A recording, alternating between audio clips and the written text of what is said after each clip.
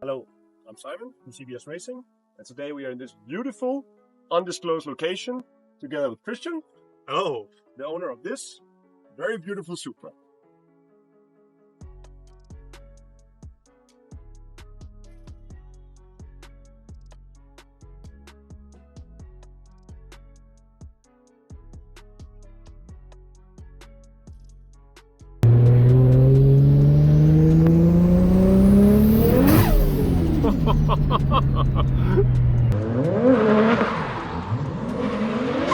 ¿Pero?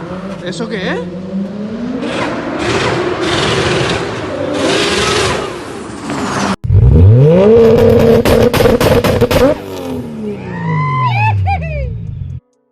So, Christian, you are a very valued customer of ours, and we finally came to your home. But tell us about your story first, of how we ended up here with this thing. It's so hard to tell for me because this is not the first Supra that I ever had in my life. I have some back experience back in the day with another tuners and another builders for those cars, and I will end up in the same same result, that is blown up GACs. Yeah. So what do you want? Yeah. So after a lot of years without owning one of these cars, I just purchased back one of them. My main objective with this car was to keep it as stock as possible, just maybe Keep it reliable. Yeah, Just enjoy. exactly. Just to use it as daily as possible. And then, after not that much months after I started owning these cars, I suddenly met you. Yes. For some reason. Actually, before you even got the car, right? Yeah, So actually, deal. yeah. The first contact was 1 month before I purchased this car. So I start to get more confidence with you and seeing your projects, that all your background that you have, your own Supra and your other customers Supra. And then after that, Then I the figured- interest of the single turbo car and I blew it up again. for sure, that's it. So I kind of get attracted to going back into the single turbo Supra, High horsepower. reliable, high But something horsepower. reliable for this time. Yeah. Exactly. So my main objective maybe should be something in between 600 to 650 horsepower, on pump gas, no stress, go chill out. I start talking with you about it. You started to get some more comfortable with me also, and start to build up like a friendship at the end. That's the most important, valuable part for me and our relationship. Yeah, exactly. And then started out just with the suspension, interior, Of course. all the basic stuff. So you had a really clean, good car to start on. Yeah. Basically, we just reach out the limit of doing things with a stock engine. Yes. That's just BPU, all the suspension, all the arms, everything is And brand then new. looking at the Soras and the Supras at home. That's it. And then And then suddenly we start building our final build for the car. how it is now, which is still clean looking, Yeah. you can almost see stock it. Yeah. in the way it, like, only a few small details, but again, just trying to keep it as original OEM plus as possible. Yeah. Also in the way it drives, the way it starts, the way it runs, the way you drive on the street, and still being able to push it when you want to. Take our camera people and show them around the car. Easy. The car started its life as a European spec Supra, 1994. Right now it's full facelifted to the latest version of it. We have the front headlights and also the turn signals from it. The front lip. As you also notice, the European cars also have from factory a hood scoop that I hate, so I remove it and then I put a J-spec hood on it. That looks so much smoother in the lines of the car. The Walkmeisters 3-piece, the Twin Z design side skirts on it covered in carbon, which is custom made. And then for the back part of the car we have the rear diffuser from Shine Auto. For the interior, I love details. So I installed the Recaros SR3s. I retrimmed in Napa leather. For the dashboard, I go with the Series 2 color for it. It's running on Max ECU, so we integrate this double ding screen Android radio that has all the features that I have to check while I'm driving. Whatever you can imagine, we can set it up to see it in the screen. full conversion, LED conversion tachometer to TRD, which is done by GP Networks and supplied by CBS. And then I have also the 98 carbon style steering wheel. I'll do a small feature tour of the interior and the electrics that we've done. As you can see, it looks as good as stock. We have actually added 0 buttons and 0 gauges to this car. But in terms of functionality, we have pretty much anything you like. First of all, traction control off here. Also turns off traction control in the ECU like before. So you turn it on and off like that. Also, the radio, you of course have your gauges and you can see a lot of information. You can clear your codes, you can do everything. What you also can do is, it's not only a display, it's also two-way communication. So in this case, we can also change the boost level, but we can actually program a button to do anything we like. Next thing we do is, we use the cruise control stalk, which is here. We use this for different things. If cruise control is activated, the cruise control light will come on. When cruise control light is on, the cruise control stalk will act like normal cruise control in any other Toyota. You can move it around. It's just cruise control, reset, set, on, off, cancel, etc. But if you turn off cruise control so that that light is off and you pull it, you will see that the traction control off and the traction control on light will come on at the same time. This indicates that launch control is active. If you are doing rolling launch control and you pull it, that will be when you are moving at speed and you pull it, rolling launch control will be active. Once rolling launch control is ready, so you have 1 bar of boost built up, the TRC off and TRC light will start blinking. Also, pushing this lever up changes the screen in the radio, cycles between the screens. So while you're driving, you can just push the lever and you get the screen you want.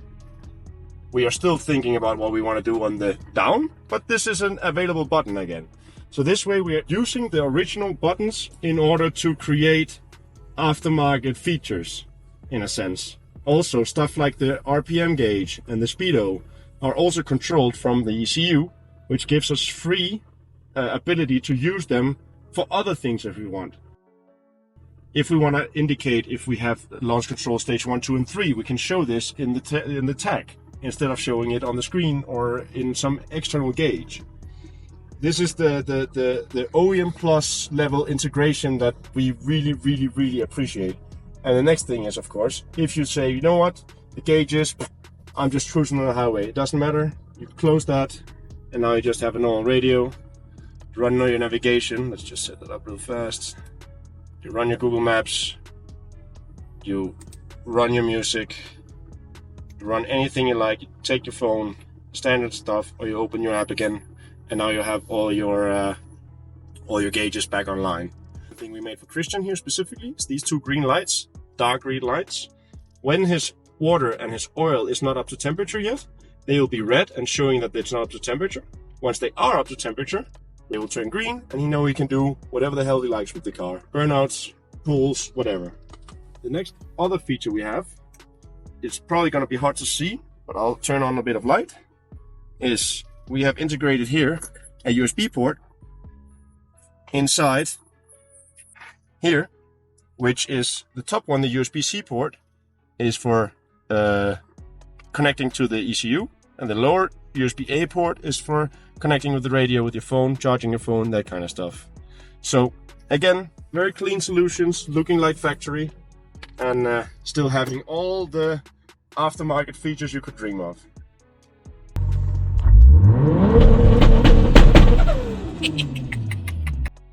Let's take a look at the engine bay, the crown jewel basically of this car, and the main thing that has changed some since this was new. As you can see, these cars in Europe was never delivered with a VVTi engine, but now it does have one. The reason for this, of course, is the increased torque and everything, but also because we built a complete, brand new, everything new, like down to the bolt new engine for this car, including the turbo kit, intake, wiring, you name it. Everything you see here in the engine bay pretty much even down to the washer bottle neck, brand new. We didn't spare anything in this regard, but yet the engine is still stock. So intake is stock, block is stock, head is almost stock, very, very small cam. And then of course, adding all the features you can imagine. EGTs, oil pressure, oil temp, fuel pressure, fuel temp, ethanol, you name it, it has it. Turbo speed, yeah, I can continue.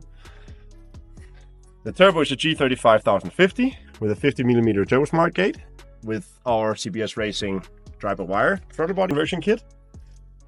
The head has a little bit of small upgrades like Kelford cams, 248s. It has HD springs and Brian Crower valves. Mostly because when we build these engines, the head comes empty, so we can put in it whatever we want. Don't forget about your hardlines, Simon. Don't forget about my hardlines. No, that's for sure. So our turbo kits, we make them with hardlines on the oil, water, oil return, everything. Or even the wastegate lines as well are also hardlined. The main reason, as Christian told you about in the beginning, he did not want anything unreliable, and the same thing goes for us. The main focus when we build cars is first, reliability. Secondly, easy to work on. This engine has to be as easy to remove and work on as if it was factory. And the third part of it is the loops, which is not unimportant, but it's the last point on the list. First, the other things, then the loops. Tell me what you think about it, Christian. The look of it, it's crazy, man. When I received the crate from you guys, fuck. It was one of the craziest days of my life, just to remove all the wood out of the crate and just stare at that full new engine. Everything new, so mint, so cool, mounted also for the turbo because it came with everything in. Yeah. Just prepared to drop it inside of the car. And was it a drop-in for you? Because it was a drop-in, yeah. One thing to mention here is we have prepared the intercooler kit, the full engine, harness, absolutely everything from back home in the Netherlands. Yeah. When we built it there, we packed it up, shipped it to Christian, and let his local mechanics install everything. Yeah. And how did it go? Everything is so precise that I didn't even have to modify anything that you sent me. One of the things that I get most impressed was the intercooler pipes, as you said, because the piping on the intercoolers always is a pain in the ass. Yeah, especially if you're running the clamps. Yeah, we are running the quick clamp, so there's no much room for error. Nope. So Zero. As soon as we set up the engine and start putting on all the tubes, it goes everything so smooth. So it's not only how it looks, it's how everything fixed up together to have this final result. Yeah, and it's one of the craziest things that this car has. And one other thing to mention, of course, as well, is Christian was able to enjoy the car from day one when he bought it. Yeah. He was able to drive it with the old engine. After that, we decided to go the single turbo route and the new engine and everything. Yeah. He was still able to drive the car as far as in the meantime while we were building the engine. Yeah. He received the engine. It takes 2 weeks for us to install everything. Yeah. Because we made it in working hours. We don't made it in the no long weekends, nights. No crazy work hours. Nothing special. And nothing to modify. Just straight hours put in that. And then even the car was standing still for 2 months, but that's because he got the engine bay painted. He had everything out of the bay, got it painted, put in new parts there again so that it was ready for when the engine arrived. 2 weeks later, turnkey, starts, and now we are here at his home to finish up the car, put the last bits on it, tune it, so that we are on full getting the power we wanted and everything. Actually, even more than we wanted. Yeah. Flashback.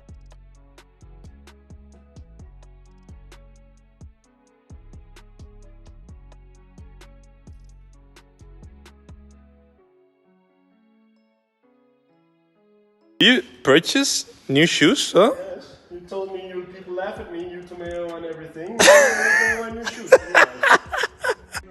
One more. Hey, I'm already not working.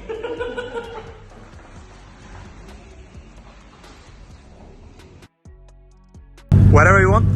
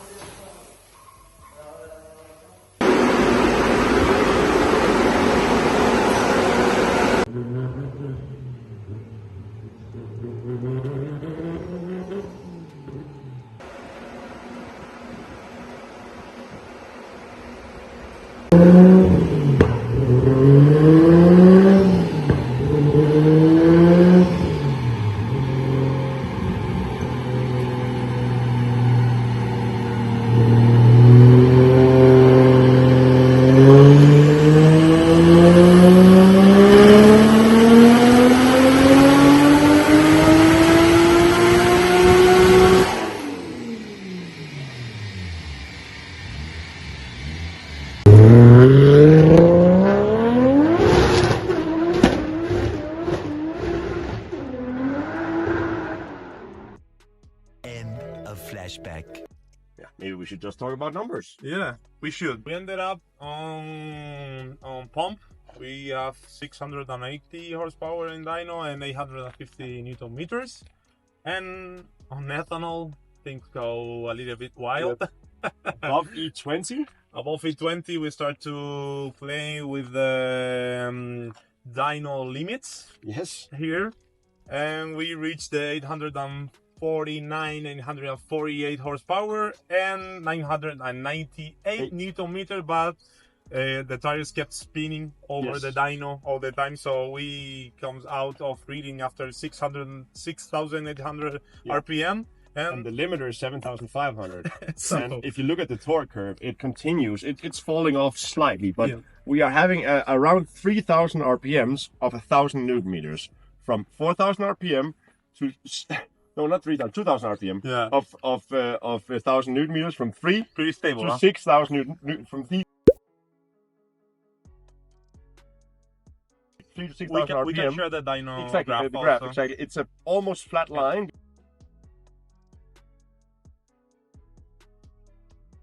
This is also like running on a dyno here on their settings. We have not messed with any settings. You can call the company if you like to test it. It's real numbers. On a stock engine with small cams, nothing special. Really keeping it simple.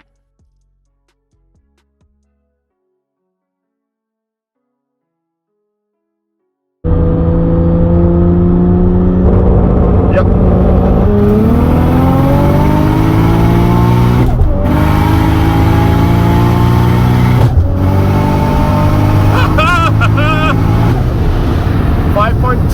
5.28. New record. Verified. Yeah, verified. Okay. So, Christian, I'm gonna go home soon. Yeah. But it was awesome I'm so to grateful. be here. The service and the level of experience that I have had just as a sort of vacation time around it. Deserve it. On 100% point, man. deserve it.